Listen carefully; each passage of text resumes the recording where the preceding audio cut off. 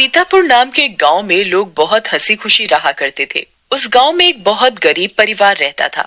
उस परिवार में मोहन, उसकी बीवी लता और उनका 8 साल का बेटा चीकू रहते थे। मोहन को पीने की बहुत बुरी आदत थी। वो सुबह शाम बस शराब पीता और जुआ खेलता रहता था। मोहन की एक छोटी सी किराने की दुकान थी। मोहन कभी भी उस दुकान को ठीक तरीके से नहीं चलाता था और जितना भी थोड़ा बहुत उस दुकान से कमाता था वो सारी कमाई शराब पीने और जुआ खेलने में उड़ा देता था। वो रोज शराब पीकर लता को मारता था और उसे घर चलाने के लिए कोई पैसे नहीं देता था। एक रात लता और चीकू भूखे बैठे थे क्योंकि घर में खाने के लिए कुछ नहीं था। वो देर तक मोहन का इंतजार करते रहे। अचानक दरवाजे पर खटखटाने की आवाज आती है। माँ, लगता है पापा आ गए। वो जरूर हमारे लिए कुछ खाने को लाए होंगे।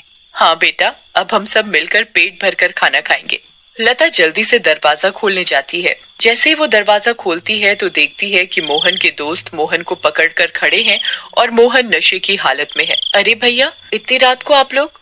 अरे भाभी जी, क्या बताएं, आज तो मोहन ने हद ही कर दी। इतनी शराब पी रखी थी कि इसे इतना भी होश नहीं था कि ये कहाँ पड़ा है। हम इसे चौराहे पर से उठा कर लाए हैं। अगर कोई गाड़ी वाला कुचल जाता तो बताओ, आप लोगों की तो जिंदगी खराब हो जाती। हाँ भाभी जी, बस आप लोगों का सोचकर हम इसे यहाँ ले आए, वरना तो इसका सबके साथ ऐसा व्यवहार है कि कोई इसकी मदद ना करे। मोहन के दोस्त मोहन को कमरे में ले जाकर लिटा देते हैं और वहाँ से चले जाते हैं। बेटा चीकू, आज हमें फिर से भूखा ही सोना पड़ेगा। मैं तेरे पापा के भरोसे तुझे और भूखा नहीं रख सकती। अब मुझे ही कुछ काम करना पड़ेगा। तू बस आज थोड़ी सी भूख बर्दाश्त कर ले। ठीक है माँ। चीकू और लता दूसरे कमरे में सोने चले जाते हैं। तभी मोहन नींद में बड़बड़ाने लगता है। थोड़ी देर बाद मोहन को होश आता है और वो खुद को अपने घर में पाता है। अरे ओ लता, कहाँ मर गई? मुझे बहुत तेज भूख लगी है। चल जल्दी से मेरे लिए खाना लेकर आ। लता बहुत गहरी नींद में सोई हुई होती है और उसे मोहन की आवाज सुनाई नहीं देती। मोहन 4-5 बार आवाज देता है पर लता नहीं उठती। मोहन गुस्से से लाल हो जाता है और कमरे में रखे एक मोटे से डंडे को उठाता है और दूसरे कमरे में जाता है जहां लता और चीकू सो रहे होते हैं। वो डंडे से लता को बुरी तरह पीटने लगता है। लता अचानक नींद से उठ खड़ी होती है। बचाओ बचाओ, मुझे मत मारो। मैंने क्या किया? मेरी क्या गलती है जो आप मुझे ऐसे बुरी तरह मार रहे हो? मैं आधे घंटे से आवाज दे रहा हूँ कि मुझे खाना दे दे और तू यहाँ घोड़े बेचकर सो रही है? ऊपर से मेरे साथ जुबान लड़ा रही है। मोहन लता को बहुत मारता है। आवाज सुनकर चीकू भी नींद से उठ जाता है। वो अपनी माँ को बचाने की बहुत कोशिश करता है पर मोहन किसी की नहीं सुनता और लता को बहुत मारता है। अगली सुबह जब लता उठती है तो उसे बाहर कुछ शोर सुनाई देता है। वो बाहर जाकर देखती है तो लोगों की भीड़ लगी होती है। लता पास जाती है और पूछती है, क्या हुआ रजनी भाभी? अरे तुम्हें नहीं पता क्या? क्या नहीं पता, बताओ क्या हुआ? यही कि चंपा के पति को कल रात एक चुड़ैल उठाकर ले गई। क्या? ये कैसी बातें कर रही हो भाभी आप? चुड़ैल वुड़ैल कुछ नहीं होता। आप भी किसी की बातों पर यकीन कर रहे हो। यकीन कैसे ना हो बहन, मैंने खुद अपनी आंखों से उस भयानक चुड़ैल को देखा है। उसके लंबे बाल, लंबे लंबे नाखून और दांत, उसकी लाल आंखें और डरावना चेहरा मैं कभी नहीं भूल सकती। जब मैं आधी रात को पानी पीने के लिए उठी तो थोड़ी ठंडक लेने के लिए खिड़की पर खड़ी हो गई थी और तभी मैंने देखा कि एक चुड़ैल चंपा के पति को हवा में उड़ा कर ले जा रही है। ऐसी बात है तो हमें संभल कर रहना होगा और शाम होते ही अपने घर के खिड़की दरवाजे बंद करने होंगे। बिल्कुल सही कहा लता भाभी आपने। सब अपने घर चले जाते हैं। लता भी काम ढूंढने निकल पड़ती है। वो घर घर जाकर काम मांगती है पर उसे कहीं काम नहीं मिलता। अंधेरा होने लगता है और आखिर में उसे सरपंच मिलता है।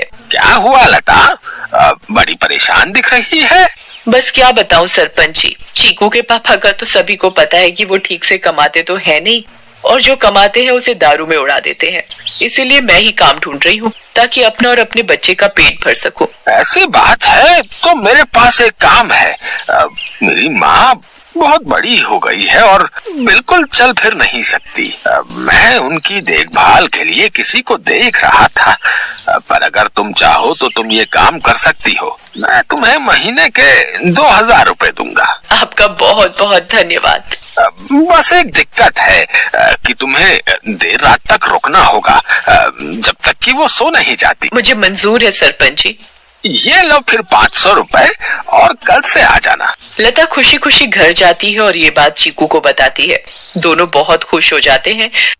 तभी वहाँ मोहन आ जाता है। क्या बात है? किस बात की इतनी खुशी मनाई जा रही है? मुझे उनकी बड़ी माँ का ध्यान रखना होगा, जिसके बदले वो मुझे पूरे 2000 रुपए देंगे। तू कहीं भी जाकर मर, मुझे कोई फर्क नहीं पड़ता, बस मुझे दारू पीने के लिए पैसे मिलने चाहिए।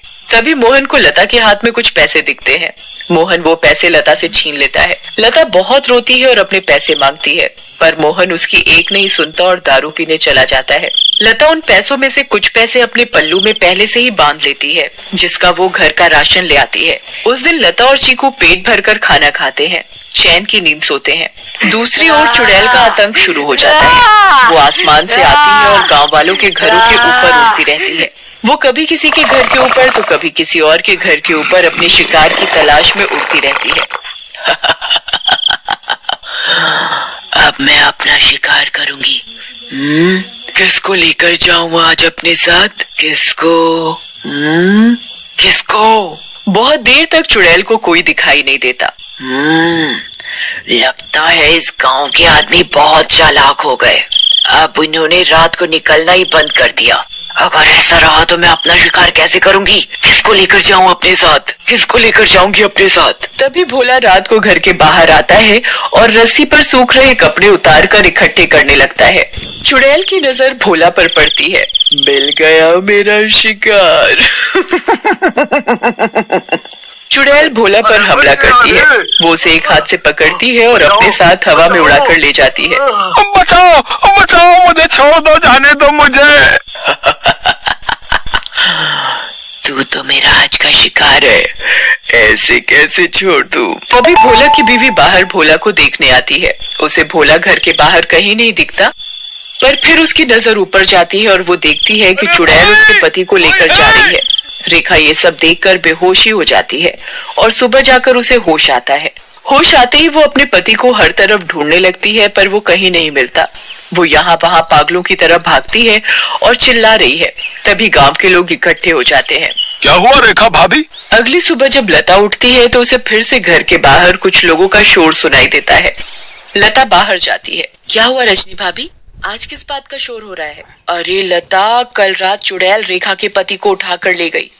रेखा का तो रो रो कर बुरा हाल है। बेचारी रेखा भाभी। पर मुझे ये समझ नहीं आ रहा कि वो चुड़ैल हर रात किसी के पति को ही क्यों उठा कर ले जाती है। सही कहा लता भाभी, हमें इस बात का जल्द से जल्द पता लगाना होगा। सभी लोग मिलकर एक तांत्रिक के पास जाते हैं और सारी बात बताते हैं। मैं अभी पता लगाता हूँ कि ये चुड़ैल चाहती क्या है। ओम ह्रीम क्लीम चामुंडाय विच्चय नमः। ओम ह्रीम क्लीम चामुंडाय विच्चय नमः। तांत्रिक ध्यान लगाता है और उसे वो चुड़ैल दिखाई देती है। ये कोई साधारण चुड़ैल नहीं है, बहुत खतरनाक चुड़ैल है। इसे कब्जे में करना या खत्म करना मेरे बस की बात नहीं। पर हाँ, एक बात मुझे पता चली है कि ये बस आदमियों को ही नुकसान पहुंचाती है। इससे औरतों या बच्चों को कोई खतरा नहीं और इसकी शक्तियां रात को ही काम करती हैं। दिन में ये हम लोगों की तरह एक मामूली इंसान जैसी बन जाती है। बस मैं अपनी तांत्रिक विद्या से इतना ही पता लगा पाया हूँ। सब लोग अपने अपने घर चलने लगते हैं। तभी लता बोलती है, मेरे पास एक सुझाव है, अगर वो काम कर जाए तो। वैसे आप लोग मेरी बात सुनकर हंसेंगे, पर इसके अलावा कोई और तरीका नहीं दिख रहा इस चुड़ैल से बचने का। भाभी आप बताओ तो सही, पता चला अगला नंबर मेरा ही है। मैं अभी मरना नहीं चाहता। अंधेरा होने के बाद अगर सभी आदमी औरतों का भेष बनाकर रहे तो वो चुड़ैल किसी भी आदमी को औरत समझकर नहीं लेकर जाएगी। लता की बात सुनकर सब हंसने लगते हैं, पर बाद में सबको लता का ये सुझाव सही लगता है और सब अपने अपने घर चले जाते हैं। लता भी अपने घर चली जाती है। वो मैं कह रही थी कि गांव में चुड़ैल का आतंक बहुत बढ़ रहा है। वो हर रात एक आदमी को ले जाती है। तो गांव वालों ने तय किया कि सब आदमी अंधेरा होते ही औरतों के कपड़े पहन लेंगे ताकि वो चुड़ैल उन्हें औरत समझकर छोड़ दे। तेरा दिमाग तो ठिकाने है या पागल हो गई है? कोई बेवकूफी होगा जो ऐसा करेगा। मोहन लता की एक नहीं सुनता और चला जाता है। लता भी सरपंच के घर उनकी माँ की देखभाल के लिए चली जाती है। लता का पूरा दिन बहुत अच्छे से निकलता है। फिर रात हो जाती है और लता अपने घर के लिए निकल पड़ती है। दूसरी ओर गांव के सभी आदमी अंधेरा होते ही औरतों का भेष बना लेते हैं। लता जब अपने घर वापस जा रही होती है तो उसे आसमान से चुड़ैल आती दिखती है। लता बहुत डर जाती है और पेड़ के पीछे छुप जाती है। तभी वहाँ से मोहन गुजर रहा होता है। हे भगवान, अब मैं क्या करूँ? अब तो ये चुड़ैल इनको ले जाएगी, मैं इनको कैसे बचाऊं? मिल गया मुझे मेरा शिकार। चुड़ैल उड़कर मोहन को पकड़ लेती है। बचाओ बचाओ, कोई मुझे इस चुड़ैल से बचाओ। चुड़ैल मोहन को लेकर हवा में उड़ने लगती है। तभी लता दौड़कर आती है और चुड़ैल का पैर पकड़ लेती है। चुड़ैल लता को देखकर वापस जमीन पर उतर जाती है। ऐ पागल औरत, छोड़ मेरा पैर और ले जाने दे मुझे इस आदमी को, ये मेरा शिकार है। नहीं, मैं तुझे नहीं छोड़ूंगी, मैं तुझे अपने पति को नहीं ले जाने दूंगी, चाहे इसके बदले मुझे अपनी जान ही क्यों न देनी पड़े। चुड़ैल बहुत कोशिश करती है पर लता उस चुड़ैल के पैर को नहीं छोड़ती।